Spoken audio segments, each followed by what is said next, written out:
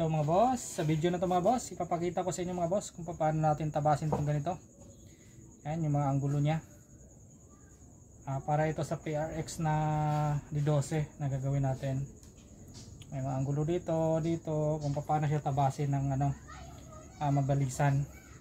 Ang gagawin kasi natin 6 na piraso, kaya kailangan natin gumawa ng paraan na mabilisan. Ito na mga boss, lang to, nakita ko lang dito sa mga sinishare na video. May isa akong kaibigan na sa akin, message yung video kung maganda daw gayahin para mabilisan yung gawa at saka accurate. Ayan, kinaya ko siya. Ayan, gumawa tayo ng ganito mga boss. Itong guide na to para naman dito. Yung isa naman para dito. Ayan mga boss, pakita ko sa inyo kung paano. Ito yung unahin natin.